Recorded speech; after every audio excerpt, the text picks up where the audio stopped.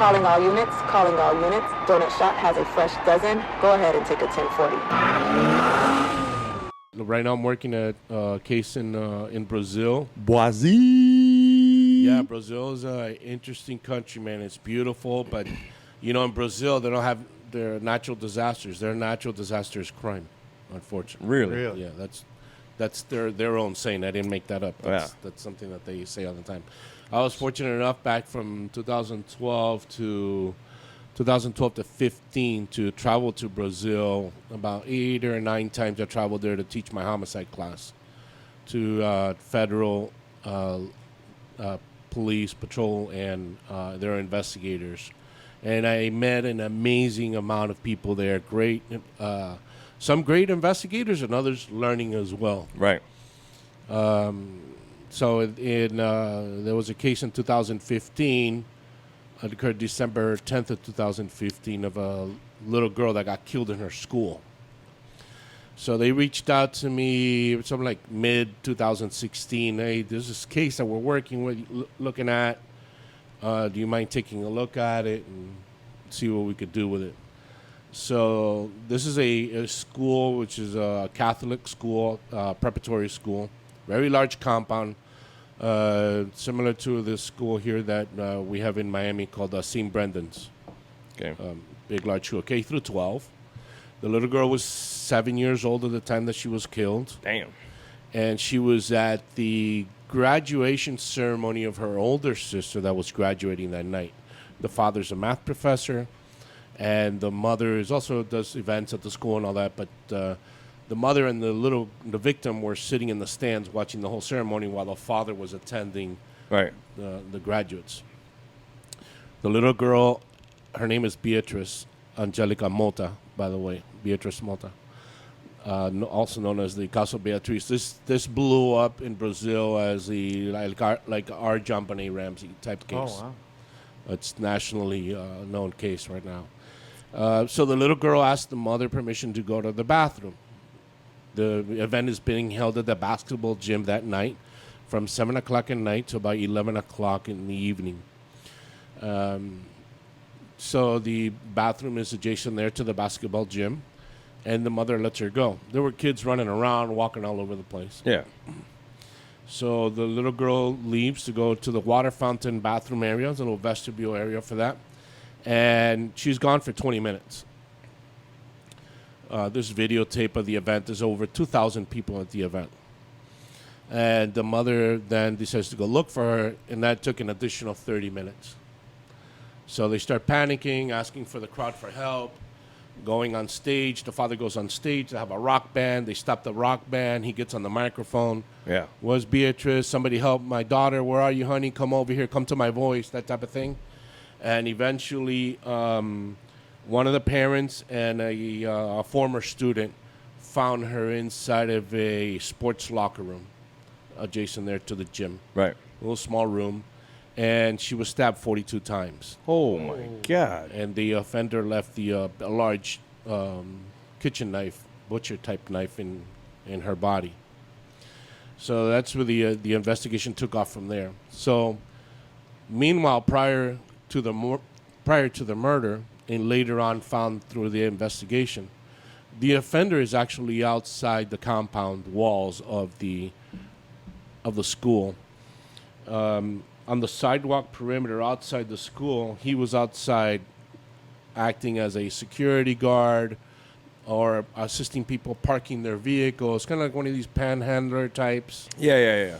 Yeah, not working for anybody, but just, hey, come on over here, park over here, and he would stop traffic and doing that kind of action. It took them about 3 months to locate that video, and until they finally did, and 2 cameras capture him. You'll see in the images of him walking back and forth throughout the night. He's even seen grabbing the knife from the bushes and walking to the school. So he sneaks his way through the front doors of the school while the event is happening. The security was a joke there. It was like the PE teacher, the maintenance guy, the pool cleaning guy. They ask it's them, not hey, their- you want to be security tonight? Yeah, not their primary function. Not their yeah. primary function. They don't know what to do. There was no security Not even really measures. real eyes and ears. Nothing. Like, There were no tickets being sold. There were no clickers. There were Yeah. no wristbands. There were no codes given. Yeah. Anybody, what they said was that they were sizing people up by the way that they look. And the witnesses who dealt with the offender, they was like, this is a clean-cut looking guy. Yeah. He doesn't, he looks like Nick. Hey, I would have stopped me. Yeah. He looks like Nick, and that's what the guy did. So he snuck in and was hanging out in the bathroom area. They requested, the police did some good work there. All the videos or pictures that were taken in the event, professional video and people doing selfies. Right. And one of those selfies is the father taking pictures with a student, and the student's taking the picture, and in the background, all the way to the back, is the offender by the bathroom. He hung out the whole time there. He never really made it into the basketball gym stadium area where everybody was sitting. And he was waiting there the whole time. And prior to this victim being attacked, 2 other little girls were attempted to be lured into that locker room or the bathroom, inside the bathroom. Same event. Same event, same offender. Okay. By different witnesses Yeah. testified to it. So what do we have? We have is an opportunistic sex offender, Yeah. criminal who tried to lure little girls in. So it wasn't a retaliation. It wasn't a targeted. Like I'm gonna get the daughter of this guy for this reason. Or something. That was definitely one of the indications, is because he tried to lure 2 other little girls. Yeah, obviously. Totally yeah. unrelated to the victim. Yep. And there was no retaliation towards the school either. There's no evidence or any information leading to that. So he captures the little girl and takes her into that room and stabs her there. He leaves the knife there. We have DNA on the knife. We have a male profile on the knife, but he hasn't been identified yet. That's 2021. That as of today, he hasn't been identified. Oh, wow. The case happened in December 10th of 2015. That's what I'm saying. Like, he hasn't been identified yet, meaning today. Yeah. Still looking Right. for that guy. That's correct. He was still. Question. Yeah. Any prior, besides that day, any prior crimes or any MOs that fit the bill? And second, any anything after? Is the guy a repeat, or is just... Yeah, there is just like in a country this size, there are cases, similar cases. Yeah. But they've been looked into, or they have dragged their feet in looking into it. The problem is that their DNA database, their CODIS, is really, really young. Yeah. I think it just began like 2012, as opposed to us that I think ours started like 2000 or just prior to there. And it's really, really young. So they're inputting data as they're locating potential offenders. So not all agencies over there, because is one agency like a national? There is the federal police. They have the federal police. Right. and 1994 United States DNA database. 94, right? Hey. Good man, Jay. I knew you were going to look that up. Yeah. But yeah, that was my question. That was my question as well. How's their police broken up, and how's sharing? Because I can't even say that in the United States we have the greatest information sharing either. Everybody has their limitations. They and stuff have like that. they have the federal police, and then they have the Policía Civil, which are each state has a Policía Civil, and they're only investigators. They've never been patrolmen. This is you going to a 4-year police academy and becoming a detective. Yeah. And then you have your Policía Militar, which is your patrolman. Right. The best cops I've ever met. They're great guys. There's some. I already kind of cursed. So some badasses. They come to the SWAT.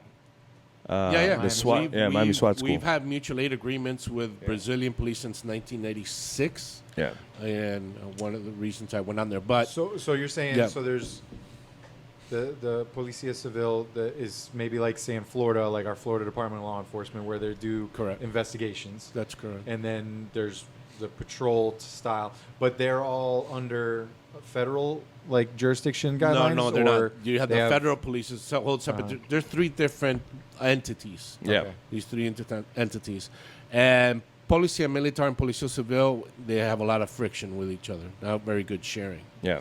The other non-sharing is that their DNA database does not communicate state to state. That's where It's the not problems nationally, happen. right? So they have to. Somebody has to physically take the DNA evidence to another state to share that information. So that's what I was difficult. trying to Yeah. get at is like this Joker or I say Joker, but an Right. a-hole might be traveling different states, same MO, Yeah. but you'll never know because the way that they're sharing information is Right. So their goal there is to go national on their DNA database and increase the database. So yeah, I was contacted on that, and I looked at it for a while. I analyzed everything about it, and one thing that interested me on the case was the victim's family, how involved they are in the case. right. One thing that we as investigators look at and improves in us solving cases, how much is the victim's family willing to be involved in helping us? Right. And the mother is all over social media in this case. She works so hard and passionate. It is whole sole life purpose to find out who this offender is. How would they, if someone now listening, they want to go check out themselves, how would they, the way they can find Yeah, that? if they look at her Instagram page, it's called Caso Beatriz. Okay. Or you know how to spell that? yeah, Beatriz. Just the word Beatriz. But what's caso? Caso, case. That's Nick. I'm asking. Caso, it's Portuguese, but same in Spanish. Yeah, but I don't. Caso I don't Beatriz. know. There's a lot of different things. 2015. There it is. Yeah. Isn't there a December drink? 10th, 2015. Yeah. Petrolina. Petrolina, Yeah, Petrolina. Pernambuco, So- the state of Pernambuco. Jay found And it. the city is Petrolina. But yeah, her Instagram page, Caso Beatriz, she posts Instagram Live. She goes on. The cases had a lot of difficulties. And there you go. It's Caso _ Beatriz. I'll put a link in the description. Boom. For the Thank you, Jay. podcast. Yeah, there you go. I really appreciate that. What interests me about the case so much is that how much passion the mother was putting out there, and the asking for help of the community to help her, and that the following that she created in her town. She'll call in one day, ask people to go march, and hundreds of people go march with her. Yeah. Whatever this lady says, she'll 79.4 thousand followers Hey, there you go. on IG. That's big.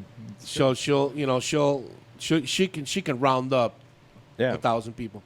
Yeah, that's very interesting for us as investigators. There's the second picture on here is with City of Miami Police Department crime scene. It's from Yeah, that June was 18th. we analyzed her case. Hey, there you are, left side of the picture. In Thanks, Jay. Sorry, I'm enjoying it for myself. I'll put it up over here on the screen. No. Yeah. Okay. There you go. Now we can see There's it. Freddy. Nice. Right. So the case, You when deal with it. I looked at it, I said, "Look, I think I can work with her, and our mission is to go to Brazil, and work with the police and work together to help out with the case. But that can only work if the victim's family is authorizes it and is, once says it's okay. Yeah. So I reached out to my contacts to help me get a hold of the mother. The problem is that with the case is that they kept firing the lead investigators from the case.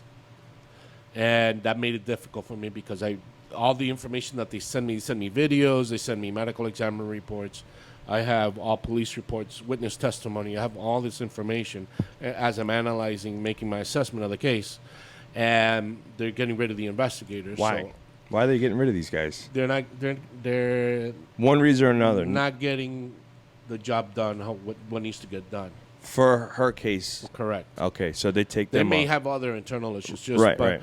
from analyzing of everything that's going on, there's that relationship with the investigators is not right. It's not Okay, sound. okay, and okay. that's how they're having problems with that. All right. With the case. So I said, you know what? I think I can work this case with the mother.